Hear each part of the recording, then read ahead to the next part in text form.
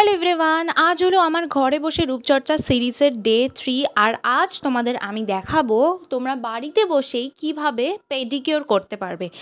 পার্লারে গিয়ে 1000, 2000, 3000 টাকা একদমই খরচ করতে হবে না, একদমই কম খরচে। প্রথমে আমি আমার নেল পলিশটাকে রিমুভ করে নিয়েছি, আর এখানে আমি একটা গামলায় উষ্ণ গরম জল নিয়ে নিয়েছি, তার মধ্যে আমি একটা শ্যাম্পু ইউজ করেছি, তোমরা চাইলে বডি ওয়াশও দিতে পারো। আর তারপর আমি পাটা কিছুক্ষণ ডুবিয়ে রেখেছিলাম এই গরম জলে, তাতে পায়ের যে নোংরাটা আছে সেটা বেরিয়ে আসে। তারপর এইটাকে কি বলে আমি ঠিক বলতে পারবো না, তোমরা কেউ জানলে কমেন্ট সেকশন আমায় জানিও। এইটা দিয়ে ভালোভাবে পাটা ঘষে নিয়েছিলাম। তারপর একটা ব্রাশ নিয়েছিলাম, পুরনো একটা দাঁত ব্রাশ করার ব্রাশ, ওটা দিয়ে ভালোভাবে নেইলসের জায়গায় নেইলসের কিউটিকলসগুলো ভালোভাবে ক্লিয়ার করে নিলাম। অ্যান্ড তারপর একটা পাতিলেবু নিয়ে পায়ের ওপরটা ভালোভাবে একটু ক্লিন করে নিলাম।